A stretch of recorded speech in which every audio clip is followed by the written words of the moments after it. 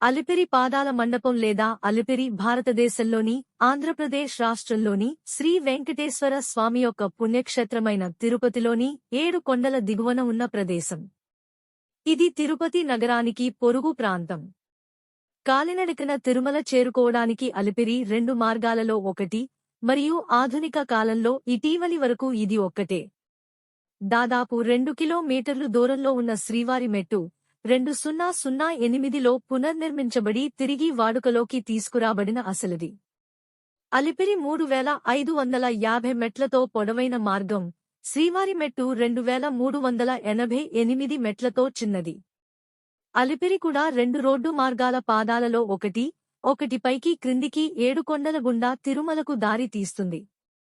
కాబట్టి దీనిని తిరుమల వెంకటేశ్వర ఆలయానికి ద్వారం అని పిలుస్తారు. చాలా కాలం క్రితం యాత్రికులు ఇతర ఎంపికలు